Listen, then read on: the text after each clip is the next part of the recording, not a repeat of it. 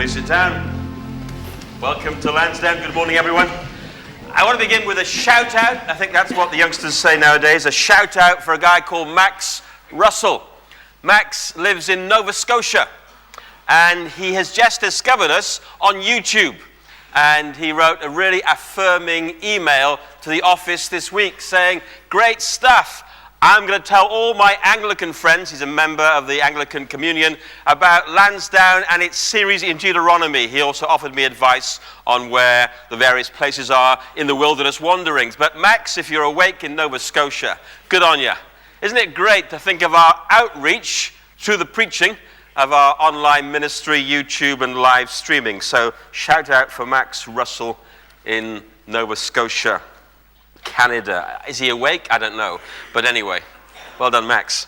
So here we are, week 3 in our series in Deuteronomy. We are people on a journey, and it's a biblical narrative ideally suited for a church family like ours, about to embark on our great adventure.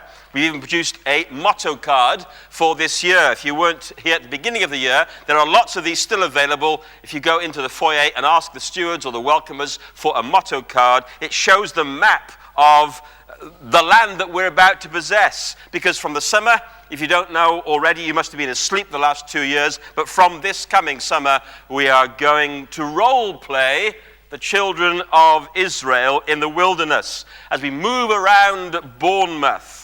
One church, but in many locations. And the bulldozers will arrive, and it won't take us 4 hours to do an extension like it does in Malawi. Didn't that encourage you? Was it 4 hours? 4 minutes. 4 minutes. Ian Johnson, Keith Mackay, 4 minutes for a church extension. Anyway, our bulldozers will arrive. We'll spend £3 million or thereabouts, and we'll return 18 months afterwards to the promised land of wider staircases and comfortable seats. Now, if you're a late adopter to this series, let me bring you up to speed. History is about chaps, and geography is about maps. Well, we've got a couple of chaps in the reading this morning, Moses and Joshua, and we'll come to them later. But we start with some maps. And I have a little device here. Look, a little pointer. Ooh, look, isn't that clever? The first 3 chapters of Deuteronomy, well, they cover the journey of the tribes of Israel from Sinai. Where are we? Max, are you watching me? Bring it up. There it is. Up to Kadesh, Barnea, the oasis. Remember how here at Sinai, or Horeb, but sometimes it's called, Moses receives the law of God, whereas there in Kadesh, 11 days later, the spies come back having scouted the promised land, and there are 10 bad, 2 good reports, remember? And how after that, the children of Israel then, if we look at the next map, they come across east, where we find them this morning. There they are, the tribes there, gathering at Beth Peor in the valley below Pisgah, the mountain that's referred to in our reading. The people sadly believed the 10 bad rather than the 2 good reports, and they pressed the panic button. And so according to chapter 2, verse 14 of Deuteronomy, for the next 38 years, they wandered around until a new generation emerges over there, ready to trust God and take possession of the land. Now, as chapter 3 opens, our next map, the tribes have traveled, has head east. They're here somewhere between the Dead Sea or the Salt Sea in our reading to the south and the Sea of Galilee. Just see the tip of it there at the top of the screen. The tribes are gathered here, and they are involved in a couple of major battles, which they win against Sihon, the king of Heshbon. I think you can see Heshbon referred to there, his territory. And then they defeat the king of Heshbon and Og, the king of Bashan. Bashan's up here somewhere. Now, Og must have been a monster of a man, because if you read chapter 3 and verse 11, we're told the dimensions of his king-sized bed. Just look at chapter 3, verse 11. His bed was made of iron and was more than 13 feet long and 6 feet wide. What a monster. But it's it's the captured land of the kings, which is going to be important in this morning's installment. And that's where we pick up the narrative in verse 12. Okay, open Bibles, verse 12. Of the land, Moses is speaking, of the land we took over at that time, defeating Og and Sihon. Of the land that we took over at that time, I gave the Reubenites and the Gadites the territory north of Aror by the Arnon Gorge, including half the hill country of Gilead, the rest of Gilead, and also of Bashan, the kingdom of Og. I gave to the half tribe of Manasseh, and then and so on and so on and so on. Now, on first reading, that list of places and land allocations appears to be about as interesting as the minutes of the Bournemouth Town Council Planning Committee deciding on land use in Tuckton, Southbourne, and Boscombe. Of course, if you happen to live in Southbourne, Tuckton, or Boscombe, then you may well be very interested in land use and allocation. But even if you live somewhere else across the conurbation, it will impact you. Now, that's what's going on here, all right, in this morning's passage. For these newly conquered and fertile territories of the Transjordan, the next map, are to be given to the tribes of Reuben, Gad, and half the tribe of Manasseh. The other half of that tribe will occupy some of the land on the west bank of the Jordan. You see how Manasseh is split. Half there, half there. Gad takes that territory. Reuben takes that territory. But before any of that happens, Moses lays down an important principle for the entire Israelite community. Let me quote the Musketeers. All for one, and one for all. That is the basic principle of the opening paragraph. All for one, and one for all. That's the advice of Moses. Look at the text in verse 18. I commanded you at that time, the Lord your God has given you the land to take possession of it. But all your able-bodied men, armed for battle, must cross over ahead of your brother Israelites. However, your wives, your children, and your livestock, and then in brackets, I know you have much livestock, may stay in the towns I've given you until the Lord gives rest to your brothers as he has to you. And they too have taken over the land that the Lord your God is giving them across the Jordan. After that, each of you may go back to the possession I have given you. You see the principle? All for one, and one for all. You see, the natural boundary of the Jordan River could easily have divided the tribes of Israel. So these land rights were not some kind of irrelevant, boring issue. They are fundamental to Israel's sense of national identity. You got that? How are they going to stay united in their diversity? Because they are many, but they are one. All right, here we go. I think that among the biggest challenges that we face as a church going forward over these next months together is precisely that principle, all for one and one for all. Unity with diversity in mission. Now, in the past few weeks, we've been joined by the tribe called the Stroudenites. In the next few months, we're going to be carving out the land, dividing up the territory, operating youth and children's work from one venue in Bournemouth, delivering student and internationals work from another. Our Sunday morning services are going to be multiple and multi-site. How are we going to be one big happy family in that kind of world? Well, all for one and one for all. Because there's a biblical principle right in the text let me put it in kind of contemporary phrasing. Don't be territorial. Be a team player. That's what we're going to need, folks, in these next months together. Don't be territorial, be a team player. It could be very easy for us as we enter into what we're calling the Lansdowne Without Walls era, LWW, to say, well, as long as my ministry department is sorted out, as long as I've got the people that I need to resource my needs, I'm happy. If my small group's okay, then I'm okay. If the rota I have to organize is sorted, then things are covered. That is hardly an all for one for all attitude. Listen to Moses in verse 20. Until the Lord gives rest to your brothers as he has to you, and they too have overtaken the land that the Lord your God is giving them across the Jordan. After that, each of you may go back to the possession I have given you. Have you got the point? No one could be settled in the promised land until all were settled. No one has rest until everyone has rest. That's the principle.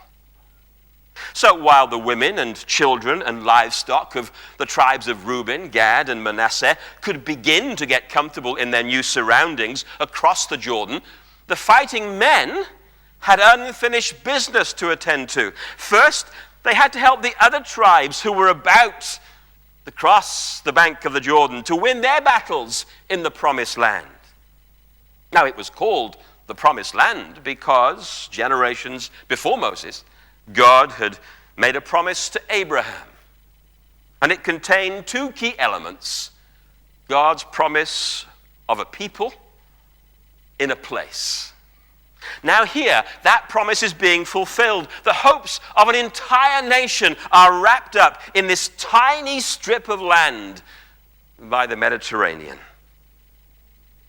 Yet, my friends, not just a nation, but a world.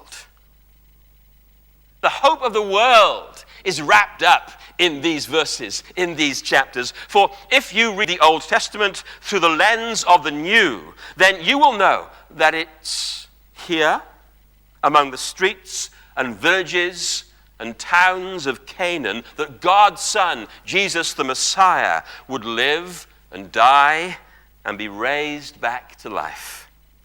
And it was from here, the promised land, that an insignificant group of people took the message about a crucified carpenter to ever-increasing circles until eventually the whole world hears about Jesus of Nazareth.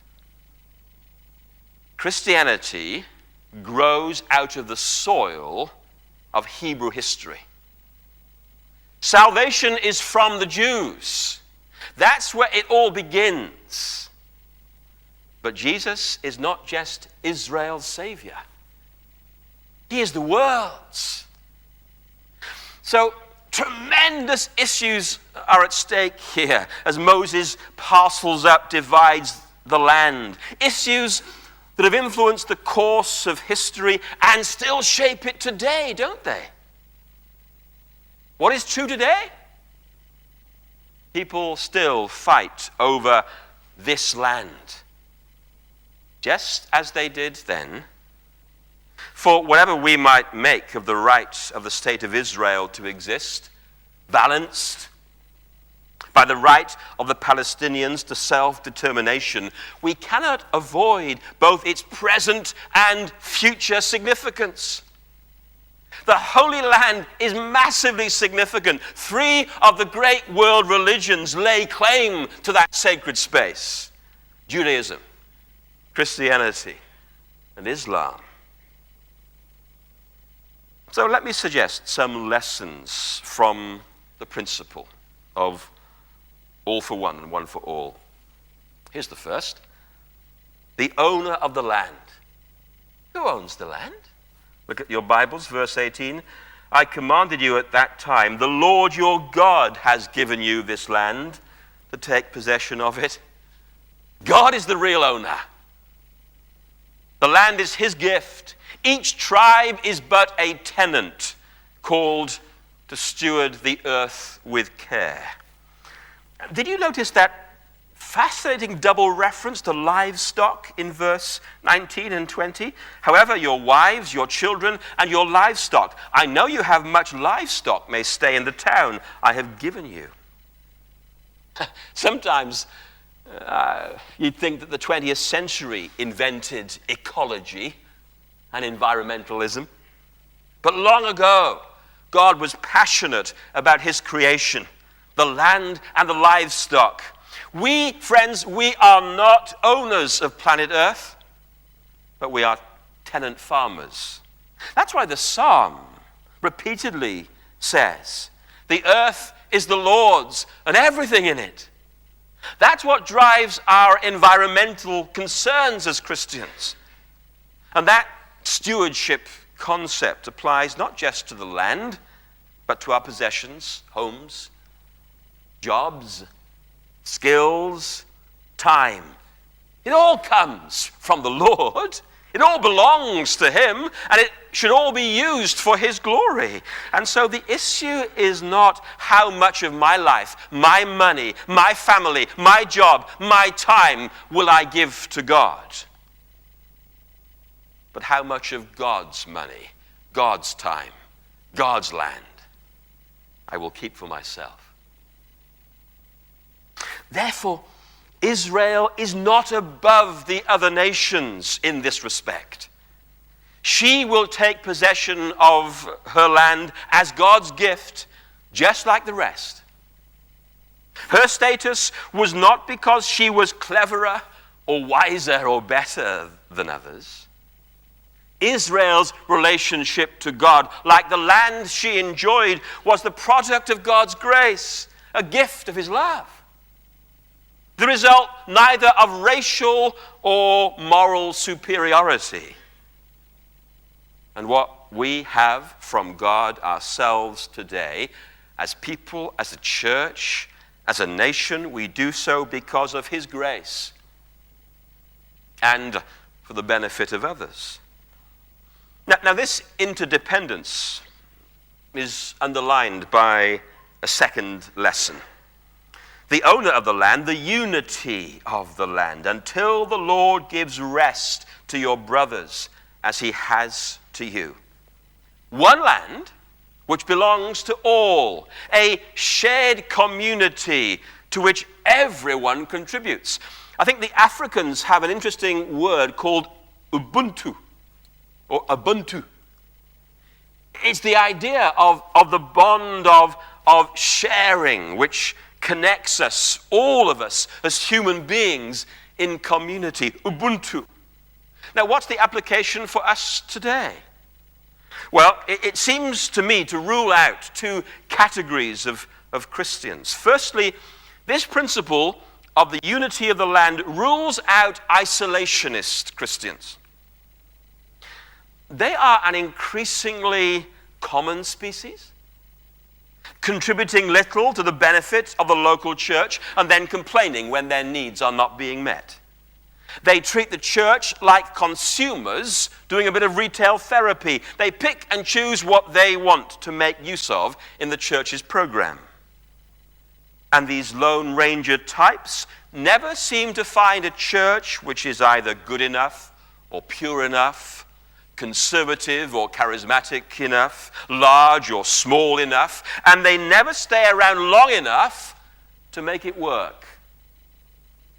The church primarily exists to tick their personal boxes. This principle of Ubuntu, of the unity of the land, rules out isolationist Christians, I suggest. Secondly, it rules out separatist churches. There are churches which give the unfortunately distinct impression that they are the only ones on the block, that God hasn't given territory to anyone else but them. And so you see, the prosperous suburban church can live in total ignorance of the difficulties faced by Christian believers in the tough inner cities of our country. Or we here in the relatively quiet West can be totally unaware of the suffering church in North Korea, in Nigeria, and Sudan. Beware these dangers, LBC. Our size can make us self-sufficient, and our belief in the independence of the local church arrogant. That is one reason why it's important that we belong to the Evangelical Alliance, which represents the voice of over 1 million Christians in the UK, and that we are also members of the Fellowship of Independent Churches, a partnership of over 500 local Christian communities across the nation. And that's why I personally am enthusiastic about our involvement with other tribes in the region. I say these things not because it's only a big church problem. Smaller churches can be the most unwelcoming, ungenerous, and separatist of them all. So what's the antidote to the condition of isolationist Christians and separatist churches? One, simply, get a bigger map. That was the adjustment that the tribes of Reuben, Gad, and Manasseh had to make, to get a bigger map, to see that the land of promise was far bigger than the territory given to their individual tribes. And I suggest that in the next few years, we will have to make a similar mental shift. Anyway, the world has changed, and we need to wake up to that. Do you know, when I was in primary school, it was, I guess, the end of the big British Commonwealth era, and the maps in the geography class were still colored pink to reflect the huge areas that used to belong to the old British Empire, the land of hope and glory. But you just look at an up-to-date atlas, and it's very different. And sometimes I think evangelicals are still operating as if the religious world map of the early 20th century was still in place. The glory days when we were, as a nation, among the greatest missionary sending forces on earth. The days when people went to church in large numbers and places of worship were full, and when the language of public discourse was still broadly Christian, and the heritage of our laws and institutions was strongly shaped by the Bible. My friends, those days have gone. Sadly. Times have changed, and we have to adapt to them, otherwise we will become irrelevant. You see, what does the religious world map look like today, now?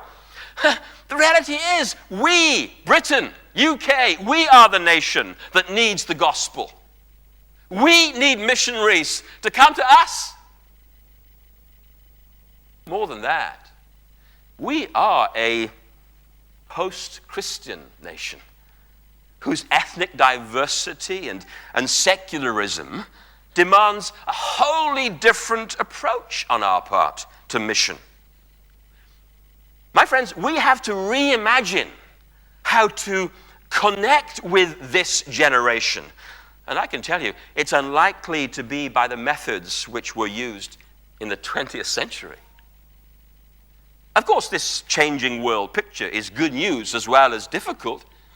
We may be in decline here in the West, but Latin America, Southeast Asia, wonderful seeing the fastest growth of the Christian faith in history. God has a much, much bigger map on which he's drawing. That's why I hope you can stay afterwards when we wrap up in a few minutes for the stream to hear from Dennis and Sheila, Ton Up Sheila, wonderful, about their ministry and the map of Malawi and what God is doing there. Maybe you can start supporting one of our mission partners, or get hold of a book by Patrick Johnson called Operation World. It'll give you a small digest of all the countries of the world and what's going on there spiritually. Get a book like that. Get a bigger map is what I'm saying. Philip Yancey, the author and journalist made the following observation about 8 years ago. He said this: as I travel, I've observed a pattern, a strange historical phenomenon of God moving geographically from the Middle East to Europe to North America to the developing world. My theory is this: God goes where he's wanted. And I sometimes wonder whether that, in fact, explains the crisis in Western Christianity and the explosion of Christian faith in Africa and China. God goes where he's wanted. The second antidote to the issue is deeper relationships. Not just bigger maps, but deeper relationships. That's what the Transjordan tribes needed to understand, their relationship to the wider family of tribes. They were to consider what was good for all, not just for themselves. So let me make this a very focused application for LBC. We need a similar perspective within a church like ours, because we are made up of a number of different tribes. There's the youth tribe, and the 20s tribe, and the seniors tribe, and the student tribe, and the missions tribe, and the alpha tribe, and the music tribe, and the flower rota tribe. There are lots of tribes here. And we need a positive recognition of both our diversity and our unity. What does that mean? Let me kind of nail it. It means a number of things, but at least this: pray for and bless the tribes in Lansdowne who may not share your particular culture or tastes or passions, but who do share the bread and wine of communion with you. They may not cross all your particular theological T's and dot all your particular theological I's, but my friends, they are going to spend eternity with you. So you had better start appreciating them now. And we need that healthy view between churches, so that whether it's the Methodists down the road or the Anglicans across the road or the Charismatic Church at the end of the road, we are able to affirm them with us in the one faith, by the one Spirit, of the one Lord, in the one hope.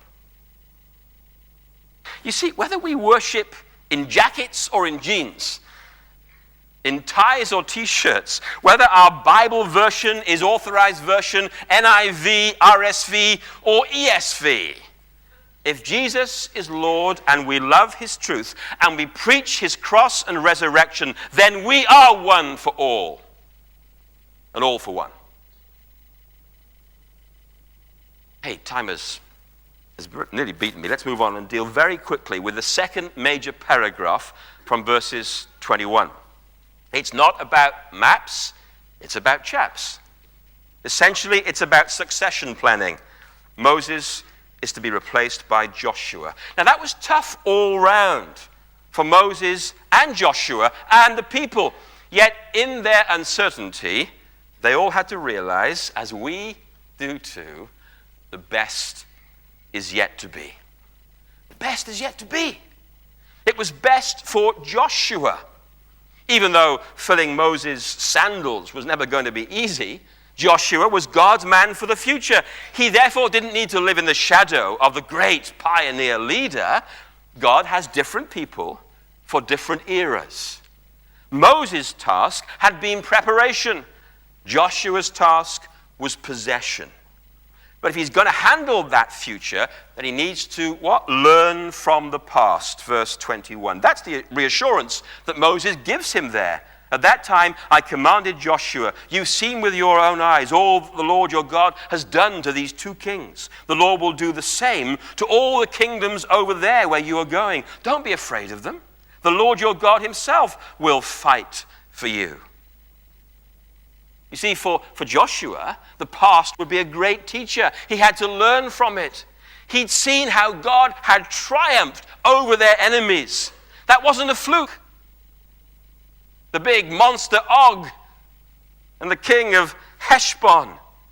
There was more to come across the Jordan when they reached Jericho. Hey, Joshua, you ain't seen nothing yet. The best is yet to be. God's triumphs are infinitely repeatable because God is consistently victorious. He's never been beaten, and he never will be. Folks, God always wins. And God will be personally involved in the future success of Joshua. As he tells him, the Lord will do the same for you, Joshua. Your God himself will fight for you. So don't be afraid. Perhaps the lesson that we need to take from this as a church is the reassurance that what God begins, he finishes. Yeah? God is not going to let us down or give us up now. He has been with us remarkably on the journey to date. As far as our regeneration project is concerned, he has already won great victories for us with what now? 2.7 million given or pledged to our great adventure and planning permissions granted. Therefore, we can step into the future with confidence, trusting in God for the next part of the journey. Only as we do, please remember this, we do not win tomorrow's victories today. We don't get it all straight away. We still have about 300,000 to raise to push towards the line. And we will have other issues to resolve, I have no doubt of that. Who knows what we may yet find when the bulldozers come in. Israel conquered in stages, little by little, trusting God for the next battle. You don't win tomorrow's victories today. The Christian life is never anything other than a walk of faith. You won't have all the answers. You trust God. So it was best for Joshua, it was best for Moses too. Moses' life lesson was accepting the present. Look at verse 23. At that time I pleaded with the Lord, O sovereign Lord, you've begun to show your servant your greatness and your strong hand. For what God is there in heaven or on earth who can do the deeds and mighty works you do? Let me go over and see the good land beyond the Jordan, that fine hill country, and Lebanon. But God says no. Moses' life lesson was accepting the present, and he was really struggling to do that. And so many of us do, don't we? We struggle with our circumstances. We wish they could be different. We want there to be a different plan. We want to be able to go up and take possession of the land. And Moses reveals in his prayer in the text that he has repeatedly raised this issue with God. And even now he hopes that the Lord will change his mind. You know, it's not wrong to ask God why when he appears to disappoint us. But Moses knew the truth. But because of you, the Lord was angry with me and would not listen to me. That is enough, the Lord said. Do not speak to me any more about this matter. You will know, if you know Numbers 20, the parallel account here, that on one occasion in the wilderness, Moses reacted in frustration, not faith, as the people were again complaining and moaning to him that they didn't have enough water. Instead of speaking to the rock as God had told him to, and then the water would spring out, he struck the rock in anger. So God says to Moses, let it go. That's enough. You have fulfilled my plan for your life, Moses. You have brought the nation to this point. You have served God's purposes. Now it's someone else's turn. A new generation has emerged in the wilderness, and they need a new generation leader. That must still have been very difficult for Moses, don't you think? When God says in verse 27, go up to the top of Pisgah Moses, and look west and north and south and east. Look at the land with your own eyes, since you're not going to cross this Jordan, but commission Joshua and encourage and strengthen him, for he will lead this people across and will cause them to inherit the land that you will see. Wow, that must have been tough, don't you think? Actually, though, the end of the Moses era was best for the people. The temptation to idolize our leaders is never very far from human nature. And we'll explore that dimension again when we come to it in the last few chapters of the book. But as I close, don't feel sorry for Moses. Oh yeah, he'd asked to possess Canaan. He'd asked to enter the promised land. He'd asked, but God gave him something better. Heaven. Heaven. Moses wanted the promised land, but that was only the shadow of what was to come in the true fulfillment of God's plan. Moses longed for rest for the people, and now into that perfect rest he would himself enter.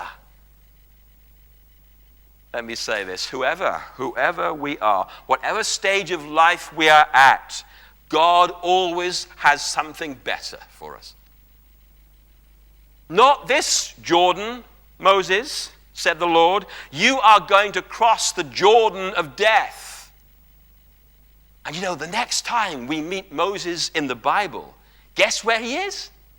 He's actually in the promised land. He had his wish on top of another mountain, the Mount of Transfiguration, there to witness with Elijah the glory of Jesus the Messiah. And with Elijah, Moses is living in the glory of the age to come. My dear friends, you may want something right now in your life. And God is saying to you, no, let it go. But whenever God says that, he always has something better in store for us. And ultimately, that better is the glory of the age to come, the beauty of heaven. That's the something better which finally waits for all who trust in Christ. The best is yet to be. But for now, it's all for one and one for all.